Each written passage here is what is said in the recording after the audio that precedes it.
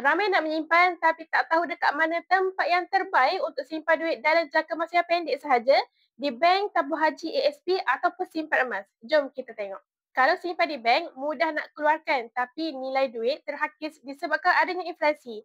Tabung haji di ASB adalah pilihan yang bagus, ada dividen tahunan tapi lebih kepada simpanan untuk haji dan jangka yang sederhana. Untuk pengetahuan Tuan Puan, dividen tabung haji di ASP pada tahun lepas masa-masa sekitar 3.25% dan 5.75%. Tapi bolehkah kita nak simpan emas untuk jangka yang pendek sahaja?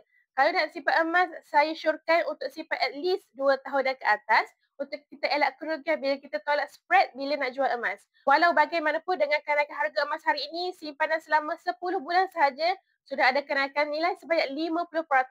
Walaupun ada naik dan turun, nilai emas lebih stabil daripada duit. Paling penting tak mudah bocor.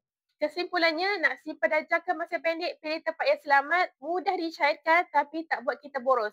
Kalau nak lebih selamat, bahagi dua, separuh duit dan separuh emas.